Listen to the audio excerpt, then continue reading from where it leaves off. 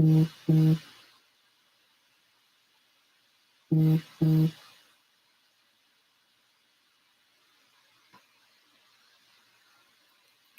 shalom. First and foremost, as always, I like to start giving all honor and glory and praise and worship to YAHAWAH, BAHASHAM, YAHAWASHI, BAHASHAM, RACHAA, HAQADASH. That honors to our apostles and brothers. A great millstone, rule well, teacher and sound doctrine, and strong shalom to the hopeful elect, and the rest of the large multitude of men and children that the Lord will have mercy on these last days. Right? As your brother Kadash representing GMS branch here in Cleveland, Lord willing to bring out an edifying lesson through the spirit and power of YAHAWASHI. The title the Spirit gave was Into Thy Chambers. All right, so the Spirit, so like I was reading something, so the Spirit gave me the title, which is Into Thy Chamber. All right, dealing with the marriage of the Lamb. Okay, that's what this that's what the people is witnessing, watching happen, be established on the earth. Is the preparation, okay, of the marriage of YAHWAH YAHWASHI.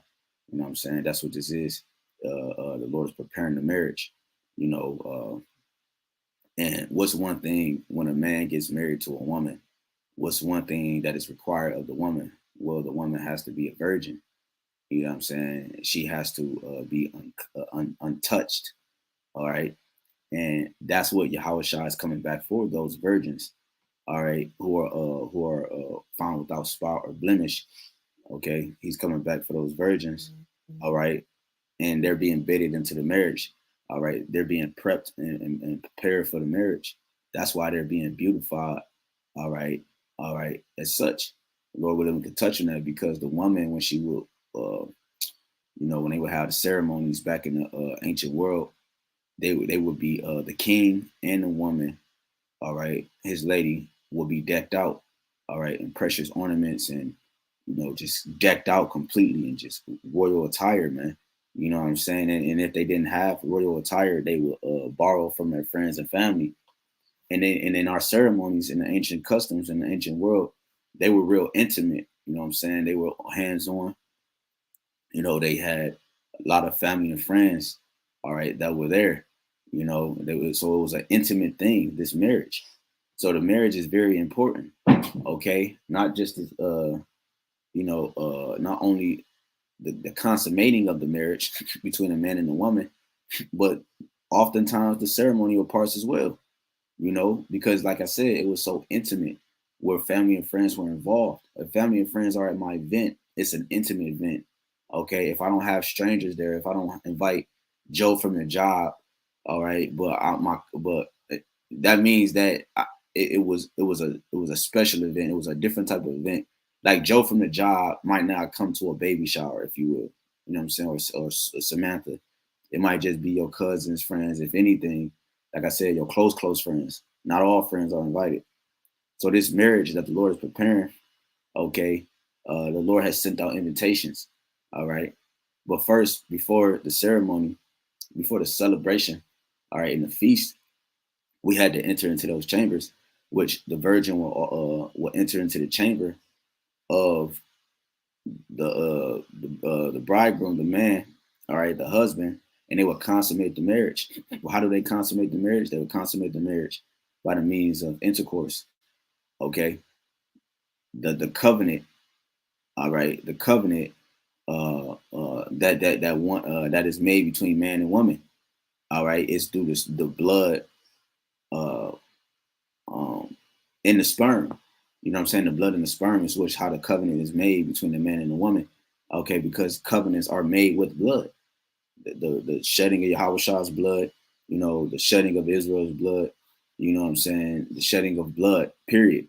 You know what I'm saying? Shit, the nations is being offered up as a sacrifice, right? For promises and covenants to be made, the blood has to be shed. Shit, that's how our sins were forgiven. By the remission of sins was from the blood of YAHWASHI. So that blood that they do it on the left hand side in the world. So blood is how covenants are made. Okay, that's like the top tier of signing a contract, if you will. all right, to get something done. So let's go here real quick. Since let's start in all right, let me make the screen big so that we just focus on the screen and not me. Let's go.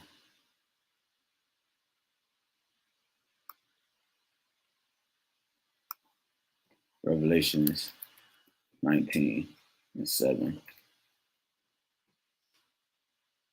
It says, "Let us be glad and rejoice and give honor to him, for the marriage of the Lamb is come, and his wife hath made herself ready." Who is the wife of the Lord? That elect. All right, those elect members. That's the wife of the Lord, man. All right, those are the virgins. Okay, in which Yahawashi is coming back for, that were prepared for their husband. The woman growing up will be prepared for her husband. She's trained on how to be a wife, right? Tend to her husband, serve her husband, all right, because he does not serve her, she serves him, right? And she has requirements just like the husband has. Well, just like the man has requirements towards Yahawashi, the woman has requirements towards her husband, right? It's the same deal, okay? The marriage is made, all right, with his virgins, right, which um are the elect. It says, Revelation 19:7, "Let us be glad and rejoice and give honor to him," right? And give honor to him. It says, damn, sorry. It says, "For the marriage of the Lamb is come." Who is the Lamb? Yahawashi. You know what I'm saying? So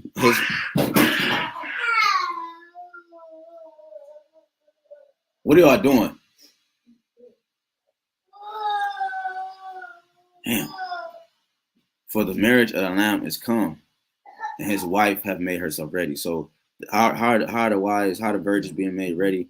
You know what I'm saying? They're decking themselves, like the scriptures say, he will make a man more precious than fine gold, golden wedge of Ophir, because he's not talking about any man. He's talking about the elect virgins, those ones that's being prepared for the marriage. Like I said, that's what the women would do. They would deck themselves, all right, and fine jewelry, all right, fine jewelry.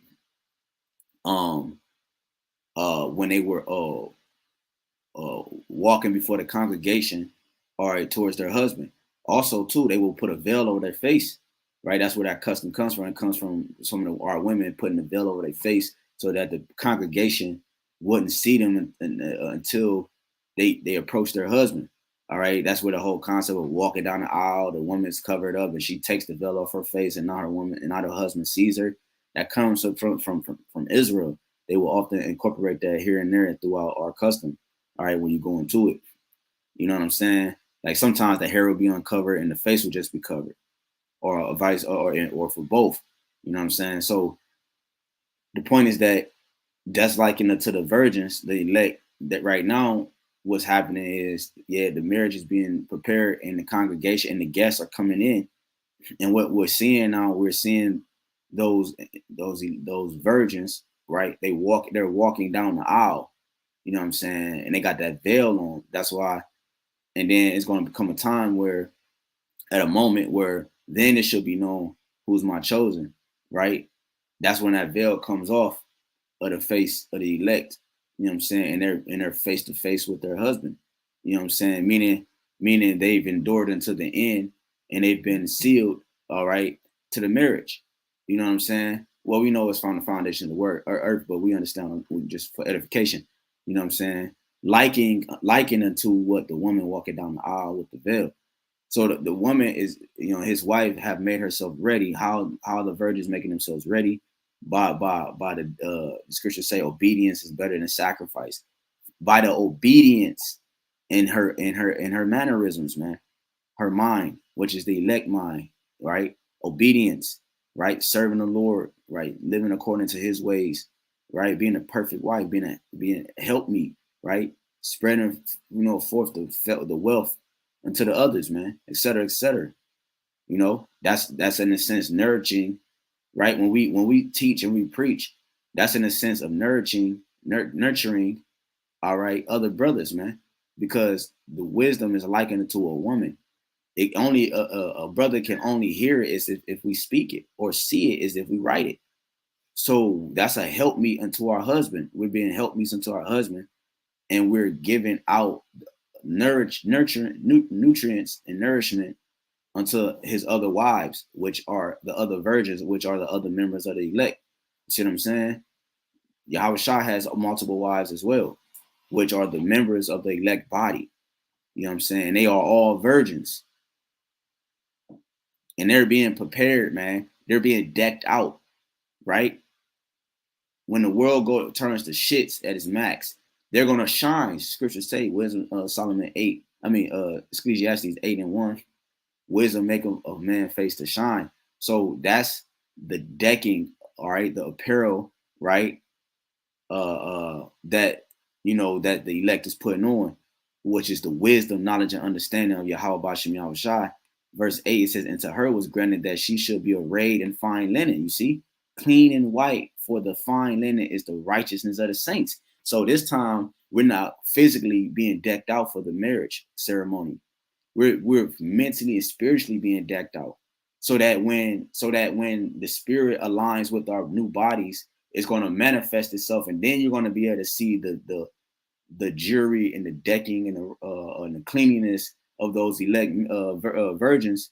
Then it will show, it will manifest itself once this stage is complete, because it's not physical no more. You see, because the world is so corrupt. If we were decked out as such, the world would just take it away from us. They would strip us of our fine linen and our gold. So the Lord has to what? Keep that concept in a secret chamber too, if you will. Okay, so that then, because nobody can steal it, nobody can come in and enter in and steal it, because you can't find it. It's the spirit. No one has access to the spirit but the Father. So the Lord has a spiritual decking, a spiritual royalty unto his men, and they're shining. Soon it will manifest itself into the physical. And that's what kind of what I wanted to hint on too. Going to that 1 Corinthians 15. Okay. So it says, and he said unto me, right, blessed are they which are called unto the marriage supper of the Lamb. And he said unto me, these are the true sayings of the Most High. You see? So this is the marriage supper of the Lamb. When you go to Isaiah 26, I don't want this to be long. I'm gonna do a part 2, so I can go into more of like the marriage part of it. I just want to make a couple quick points. You know, like I said, when it says like enter into thy chamber, right? This Isaiah 26:20, come my people, enter thou into thy chambers, and shut thy doors about thee. Right? In the scriptures, chambers represent two things: the mind and also the chariot doors. Okay. Also, in a physical and a carnal concept, a chamber will represent some type of room, all right, some type of place setting, all right, where something was taking place, like a chamber, a bed chamber, right, and so forth. Like, for example, let me see, I got this pool. Oh, that's consummate. Let me see. Let's go into this word chamber real quick. It says Khadar, right? It says chamber, room, see? Parlor, innermost or inward part, right? Within. It says bed. So in a sense, the chariots are likened to our bed, right? So when the elect enters into that chamber or that room, the door has to be shut in order for the husband and the woman to consummate the marriage. Okay? In order for them to consummate the marriage, which means make it official. Because that's why the scriptures say, Matthew 24:13, he that endure to the end, the saints shall be saved. So once the elect gets beamed up into those chariots, you see what I'm saying? That's when it's all over. You see? That's when it's all over. It talks about, again, room or bed, right? Dealing with chamber. It says, enter into thy chamber. Now, when you go into consummate, this is consummate. It says, I haven't read this. I just pulled it up. In the AV 1611, it says consummate, to end. To end, to finish by completing what was intended.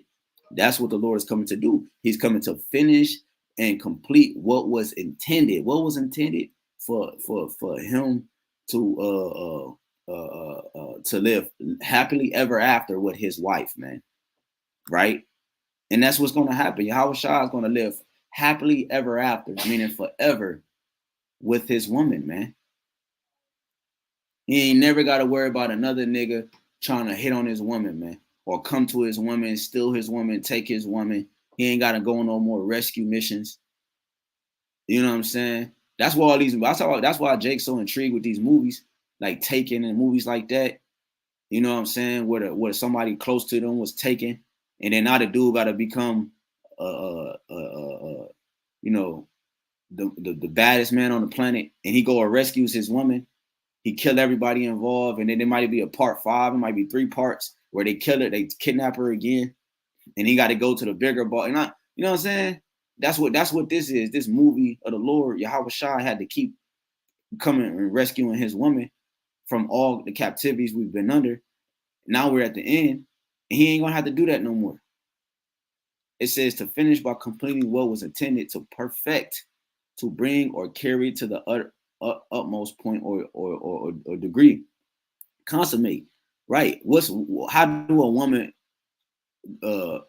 reaches her utmost point or her highest degree? She becomes a wife. That the highest status for a woman is a wife. You see, that's the highest status of a woman, is a wife, to be a wife, a mother. Then no, a wife, then a mother, and so forth. Because if she's not a mother, she was looked at as shameful in the ancient world, man. Like, what's wrong with her? You know, they will often pray for the Lord to open their wombs so that she can have a child. That's what she's supposed to do. Apostle Tahar called women, what do you say? Damn, damn, I can't remember what he said. Basically calling them a baby machine, man. You know, but that's what they're supposed to do. It says to perfect, to bring or carry to the utmost point or degree. So a woman's perfection is her being a wife. And that's what Israel, the men, are likening to. Jeremiah 6:2. Right? That woman for preparing for who? Yahawashi. And what? They're being perfect. That's the most perfect state we're going to be in, is a wife unto Yahawashi. All right? It says consummation is considered this simple thing in Google. Consummate the marriage. Consummation is considered as the completion of the marriage. See, the completion of our marriage is going to be when we enter into those chariots, those chamber doors, and it's shut. What happens when a woman enters in? The door is shut, and the man and the woman gets busy.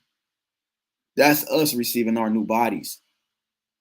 It says the completion of the marriage where the two parties involved in the union engaged in sexual intercourse for the first time. Right. You know, it says, matter of fact, and let me go back here. Remember, so chambers, bed, right? Let me read this. Isaiah 26:20, come my people, enter thou into thy chambers, right? Enter into that room, that bed, all right? And shut thy doors about thee. That's what will happen.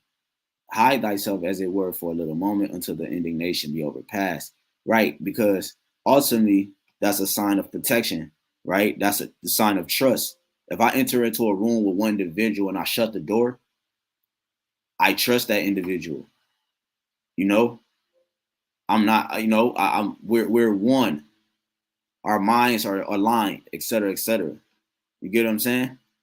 To some degree, depending on who the individual is. But let's go, let me go, because I mentioned 1 Corinthians 15, right? This is 1 Corinthians chapter 15. Let's see where I'm at on time. 19.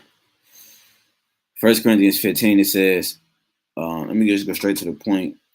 47. Let's start at 47. It says, for the first man is of the earth. The first man is of the earth, earthy. The second man is the Lord from heaven, which both were both for Yahawashi, right? This is his complete estate, you know. As is the earthy, such are they that are earthy, and as is the heavenly, such are they also that are heavenly. And as we have taught, it's a lot. And 49. And as we have borne the image of the earthy, we shall also bear the image of the heavenly. Right. And that's another point I wanted to harp on, because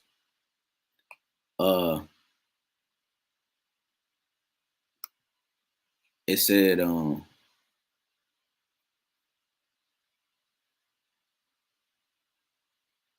where is it at? Because when you consummate, it says something along the lines of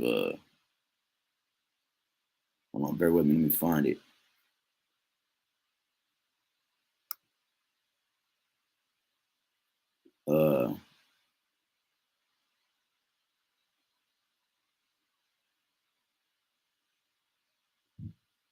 Damn, I can't remember where it's at, but it mentions something what I just read. It said something along the lines of, let me go back. It said about we shall also bear the image of the heavenly, and that's what the consummation it does. That's the man putting his image, all right, in his completion on the woman. You know what I'm saying? So he put his vibration on her, and that's what Yahawashi is doing. All right, he's gonna completely seal the deal of his vibration on his elect. All right, those virgins, right? When they receive the new bodies, that's the image of Yahawashi in its completeness, because they would never die, right? Once their bodies are changed, they would never die, right? And then their children are going to take on their image. See what I'm saying? And so forth and so forth. That's why the whole Israel will be saved. That's why we will never die again as a nation, because they're taking on the image. The image continues on.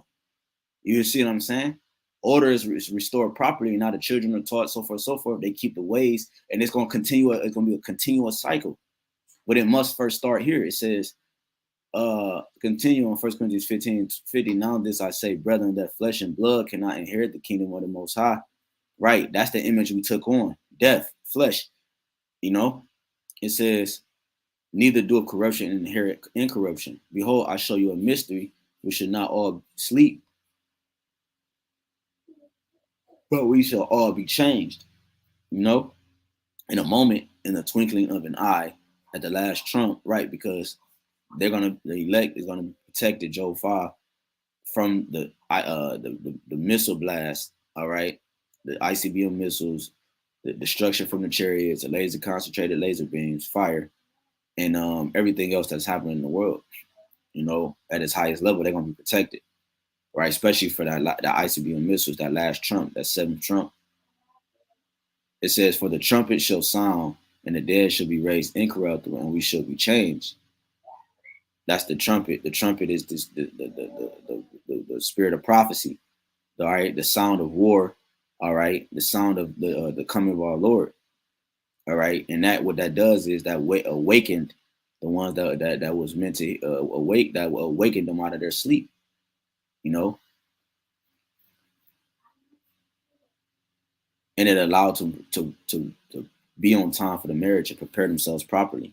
For this corruptible must put on incorruption, and this mortal must put on immortality. It says, so when this corruptible shall have put on incorruption, and this mortal shall have put on mortality, then shall be brought to pass the same that is written, death is swallowed up in victory. So there you have it. So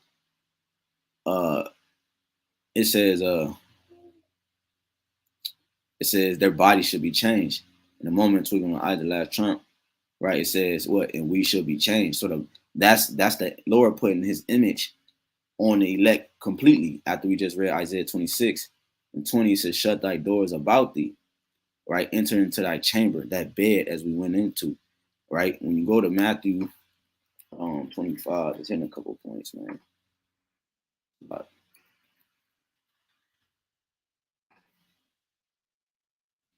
Matthew 25, parable of 10 virgins. When you go into the Yahawashi so cold because when he was making a comparison of the virgins, right? And when you go into the history dealing with this, right? You're dealing with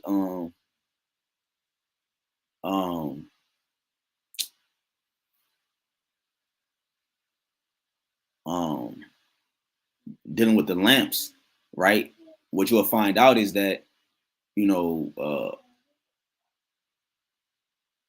when the ceremonies was held, when the guests were invited into the ceremony, the marriage, you got to remember Jerusalem was kind of dark. You didn't have street lights and poles and shit of lights and stuff like that. So you had lanterns. So they would have to have enough stock to keep the lanterns lit for the duration of their walk or to their destination back to and fro.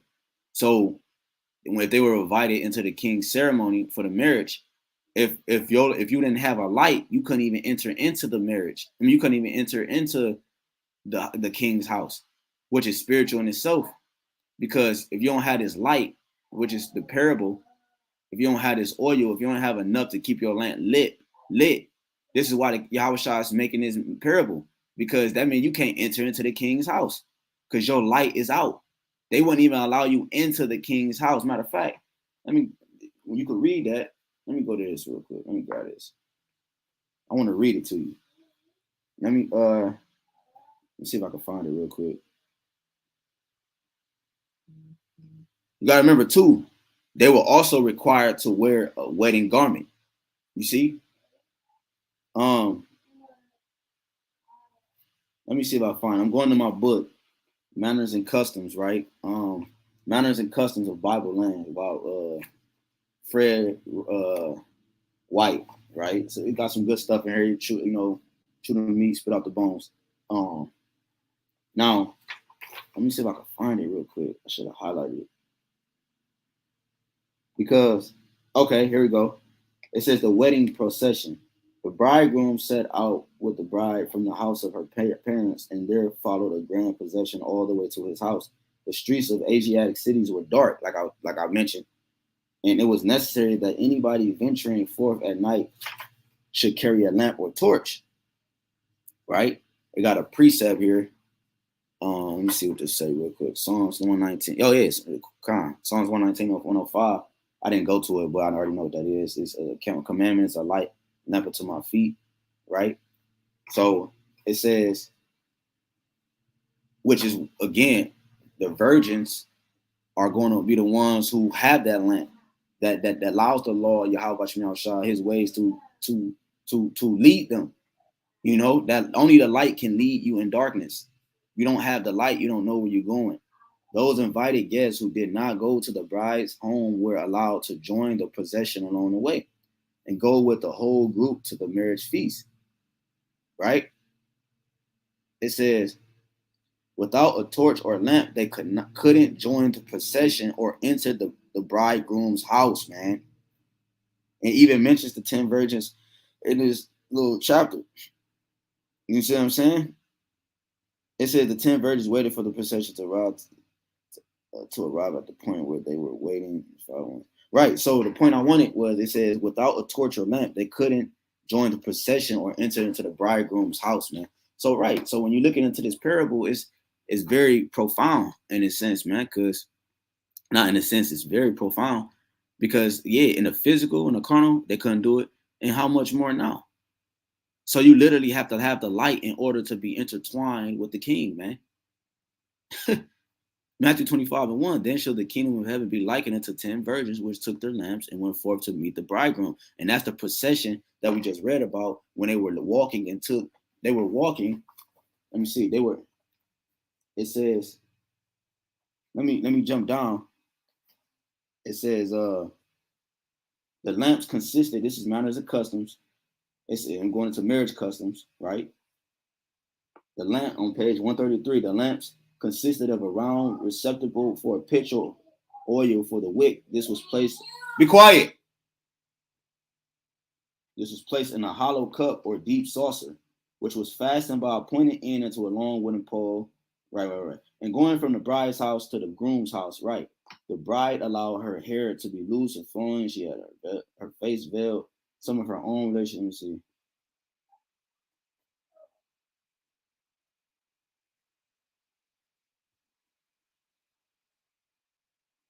Like, right. And it's just going into the procession, like how people were playing drums and different stuff like that. Something like when you watch the movie, the Aladdin movie with Will Smith, how they were traveling into the king's palace. That's how it kind of would be in a sense. Like they were blowing trumpets. They people was joyful, laughing, and they make mention of how the Lord would take that away, pursuant to Jeremiah 7. But the point was that they were traveling into the king's palace. You know what I'm saying? So it says, then shall the kingdom of heaven be like unto 10 virgins, which we're traveling, right? We're pilgrims right now. We're traveling into the king's palace, which is the kingdom of heaven. It says, until the 10 virgins which took their lamps and went forth to meet the bridegroom. You see what I'm saying? And we're on our way to meet the king. It says, 5 of them were wise, 5 were foolish, right? The foolish ones, it says they that were foolish took their lamps and took no oil with them, right? Like I told you, remember in the ancient world, it would be very, very dark. So it was important to store up enough oil to keep your wick lit. You know what I'm saying? Keep that fire burning. You know what I'm saying? But the wise took oil in their vessels with their lamps, while the bridegroom tarried, they all slumbered and slept. At midnight, there was a cry made, right? Behold, the bridegroom coming, go ye out to meet him. Right? Midnight is where where the moon is at highest peak, just like noonday. The sun is at its highest peak. You know what I'm saying? So at its highest peak, it was a cry made. You know what I'm saying? That's the virgins. The virgins, you know what I'm saying, are crying out for the Lord. You know what I'm saying? Because another man is trying to consume her. You know, trying to go into her with that tiny technology. Right? So this is why we're going to have to enter into that chamber of the Lord, which is the protection, the shadow of the Almighty under His wings. You see what I'm saying? At midnight there was a cry made, behold, the bridegroom coming, go ye out to meet him. Then all those virgins arose, trimmed their lamps, and the foolish said unto the wise, uh, give us your oil. Right? They prepared the oil, right? They prepared the lamps. Give us of your oil, for our lamps are going out, and they're asking for some of the oil out of their lamps to keep their lit wick, keep their light lit. But it says, but the wise answered, saying, not so, lest there be not enough for us and you, but go ye rather to them that sell and buy for yourselves. Right, right. The whole time you ignored the information we had. We'll go to the ones that you trusted in. You know what I'm saying? It says, while they went to buy, the bridegroom came, and they that were ready went in with him to the marriage. Remember, only the ones that had the light. Let me read it again from the manners and customs. It said, without a torch or lamp, they couldn't join the procession or enter to the bridegroom's house. They couldn't even join the procession, the walk that led to the king's house, man. So the light is the only way you can travel. It says, and while they went to buy, the bridegroom came, and they that were ready went in with him to the marriage, and the door was shut. That's what we just read in Isaiah 26. Enter into thy chamber, all right, and shut the door. The door was shut because why? The consummation is starting to happen. You see, the consummation is starting to happen, and that's why the Lord is saying what He's saying here in 11. It says, afterward came also the other virgins, saying, the Lord, Lord, open to us. But he answered and said, verily I say unto you, I know you not. That's why the Lord is saying that, because one, if you ain't got no light and it's dark as hell, you don't got no light by your face, I don't know who you is, nigga. I'm not letting you in my house. The Lord don't know you if you don't travel with him. Who's the light? He is. So if you don't travel with him, why would he know you? He never seen your face. So nigga, why would I let you in? It says, but he answered and said, verily I say unto you, I know you not. Watch therefore, for you know neither the day nor the hour when the Son of Man cometh. Right? You see what I'm saying? So, and that's why, again, going to the talent, it says for the verse 14, for the kingdom of heaven is a man traveling to a far country. Because it is, like I just mentioned, that we part of that procession, right? When you go to what is that? Ezekiel 16. I'm gonna just get a couple more and we close out. Ezekiel 16:7 says, I have caused thee to multiply as the bud of the field, and thou hast increased and waxen great, and thou art come to excellent ornaments. Thy breasts are fashioned, and thine hair is grown, whereas thou was naked and bare. Right. So we were naked and bare. Right. We had no identity. We had no identity because I made mention how the Lord, when you go into that chamber, a man, when he has intercourse with his woman, he's putting his image, his identity on her. This is what the Lord did with us. We were naked, meaning we were bare. We had no identity, you know. So what right here, when we enter into that chamber, the Lord is giving us our identity back, which allows us to live forever. That's why I read 1 Corinthians 15. Ezekiel 16:8. Now, when I passed by thee and looked upon thee, behold, thy time was the time of love. Whew. And I spread my skirt over thee. Right? The Lord put himself over us and covered thy nakedness. Right now, he's giving us an identity. Yeah, I swear unto thee and enter into a covenant with thee. How did the Lord enter into a covenant with us? He consummated it by the act of what? Blood, his image, his essence, YAHAWASHI, spiritual intercourse, if you will. Because a doctrine is likened it to what? Beguiling someone. A doctrine of philosophy is likened it to sex to the mind, man. That's what happened to Eve in the garden. She said the serpent beguiled me. Meaning when you go into that word beguile, it's going to say to seduce. He seduced her. He mentally effed her, right? If you will. So the doctrines that you receive, right? That's why it allowed us to. That's why it pushed us to commit what? Spiritual fornication, because we received another man's information, right? His DNA is his information. A man's rod, his sperm, that's his information, right? What he speak to you, that's his information. So you also can do these things by the way of one's speech. See, that's why that's how we're allowed to even go out and teach, because the speech that we have is what?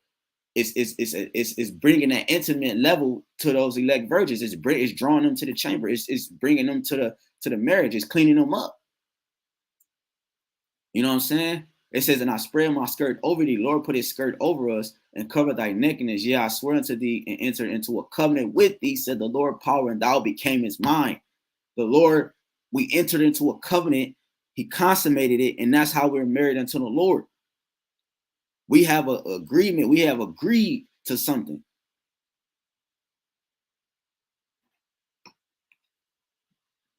Man, it gets deep, man. When you go to Isaiah, I'm just get a couple. Let's get some closing ones. Isaiah 61:10. It says, I will greatly rejoice in the Lord. My soul shall be joyful in my power, for he hath clothed me with the garments of salvation. Who is salvation? Yahawashi. What's Matthew 1:21? What's his name? Yahi, Yahi, which is he in the Hebrew, what means he, and Hawashai means salvation or save. He saves. He saves. He is salvation. He have covered me with the robe of righteousness. You see? Now, what in the carnal sense, what do your lady often do? She put on your clothes. Like if you got clothes in the house and you popping a chick, sometimes when you wake up, she might come out the bathroom with one of your t-shirts on. That's what the song comes, the t-shirts and her panties. Then she wearing your t-shirt with nothing on but her underwear, or if for her underwear on at all. The point is that she got your long ass t-shirt on covering her whole body. That's lacking into. That's what women do. That's how you know we the people. That's they put on your garment on a carnal level, on a physical sense, and on a spiritual sense. They put on your image, your way you think. Proverbs 31. Her husband is known in the gate. She carry herself a certain way. That's a resemble of her house, her household. Meaning that's a resemble of her husband because he runs the household. So when we enter into that chamber, when we come out of that, the people are going to see us as Yahawashi, man. They're going to say, oh, they belong to him. They don't see that right now because the spiritual richness hasn't manifested itself to the physical playing field that the people are used to, man. He have covered me with the robe of righteousness as a bridegroom decketh himself with ornaments. You see that? That's what I was talking about earlier. And as a bride adorneth herself with jewels. Why is it saying this? Because that's what our customs consisted of. That's why our women be decked out and plushed out with all the jewelry, and the men, the jewelry, the nose rings, the earrings, the necklaces and all that, man. The hair, the scarves got jewelry on it. The clothes got jewelry on it. This is us having the image of the Lord. Right now we're in sackcloth because we're not tied unto the Lord. The Lord is riches and glory, right? But right now we're being made clean in the back burner, on the back end of things. Okay, and then soon it's going to manifest itself to the physical, to the point like Esau. He's being so exposed, he don't care about you seeing his image no more. That's what's happening. That's what eventually is going to happen to the men of the Lord, to the point that it's going to be so prominent that they are those men. It's just going to be, you know what I'm saying? It's just going to be what it is. You're not going to be able to say nothing. Oh, you're going to be like, oh shit, those are the dudes. Everybody going to know. I'm just get two more. Jeremiah 2:32. It said, can a maid forget her ornaments, or a bride her attire? That's the point. Yet my people have forgotten my days without number. So a maid, it says a bride not going to forget her attire. She's going to make sure her garment is clean. You know what I'm saying? There's no spots. She don't got a brownie stain at the bottom and shit. You know, she got it decked out. She looking good. You know, so forth and so forth. You know, this is what the elect members are doing. Right, they're preparing for the marriage because the king is waiting, you know, and he's going to consummate the marriage when they enter into those chambers. Okay, I'm gonna read Isaiah 26 again, and then I'm gonna close out with Revelation 21. Isaiah 26:20 again. It says, "Come, my people, enter thou into thy chambers." Right. Like I said, the chamber also represents the mind. When you can prove that when you go to 2 Ezra 5. It says, wit has entered into thy chamber, meaning the mind. Is hiding itself with those men. All right. Enter thou into thy chamber, shut thy door. Those are the invitations, right? All right. That's passed out. And also is going into the actual marriage, into the virgins that the Lord is about to get ready to marry. All right. Enter thou into thy chambers and shut thy doors about thee. So why we have entered into the house of the Lord, into his room. He's consummating the marriage, right? When we enter into those chariots, and then the Lord's going to bring destruction into this place. He's going to destroy it. And then he's going to consummate the marriage. And then what's going to happen? We're going to come out of those chariots, right? And we're going to have on the image of our husband, YAHAWASHI, which now is what is going to, the people is before the place, right? It's a people before it's a place. So now when the people come out, the elect come out, or the virgins come out of that chamber, they're not a virgin no more, because they're what? Intertwined with their husband. And now it's completed. We went into that word consummation. It says the completion of marriage. Matter of fact, when you go here, it says in the context of marriage, consummation means the actualization of marriage. So we go into the actualization of marriage, which where we now are changed. It says 1 Corinthians 15 right here, we shall be changed. That's the consummation of our marriage. And now when we come out of that, that's going to be the new heaven on earth. You said the new bodies. Because why? YAHAWASHI has consummated the marriage. We have to look like and resemble him, because he resembles the Father in perfection. Revelation 21:1, and I saw a new heaven and a new earth. For the first heaven and the first earth were passed away, and there was no more sea. And I, John, saw the holy city, New Jerusalem, right, the people, coming down from the Most High out of heaven. Where? From those chariots, prepared as a bride adorned for her husband. And I heard a great voice out of heaven saying, behold, the tabernacle of the Most High is with men, and he will dwell with them. And probably on part 2, Lord willing, he give me a part 2, I can go into more of the virgin aspect of it in the marriage, and more of the marriage in a sense. You know what I'm saying? I just trying to hint on different points in this one. But the context of this one was just entering into thy chamber, right? It says, behold, the tabernacle, which I could have hopped on more of the virgins, but we'll do that in the next one. And I heard a great voice out of heaven saying, behold, the tabernacle of the Most High is with men, meaning the house of the Lord is with men. and he would dwell with them, right? And they shall be his people, and the Most High himself shall be with them and be their power, right? In our mind, oh shit, it's like it. In our minds forever. It says,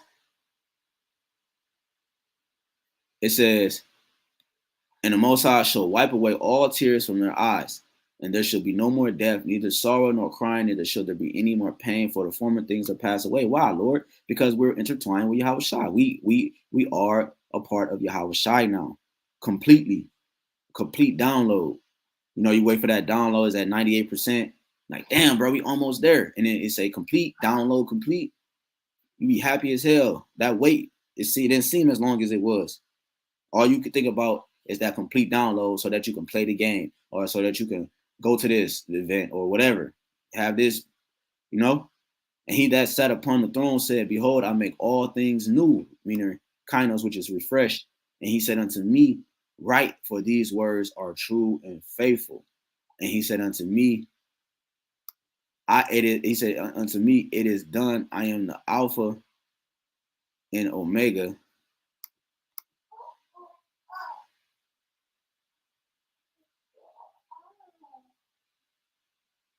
Bro, hold up. All right, it says, continue. What happened, bro? Hold on, Salaki. All right, Revelations 21 and 6. He said unto me, it is done. I am Alpha and Omega, meaning Aleph and Tha, the first and the last, the beginning and the end. And I will give unto him that is a thirst of the foundation of the fountain of the water of life freely. He that overcometh shall inherit all things, and I will be his power, and he shall be my son. There you have it. So, Lord willing, this lesson was edifying, man. Right? Soon come those elect virgins will enter into the chamber. All right. Will enter into the chambers of YAHWASHI, YAHWASHI. You know what I'm saying? And the marriage will soon be consummated. You know what I'm saying? So, hey, until next time, walk level ball. Lord willing, I could do a part 2 on this. Hey, again, until next time, again, walk level ball, Bible ball, DTA soon. Shalom.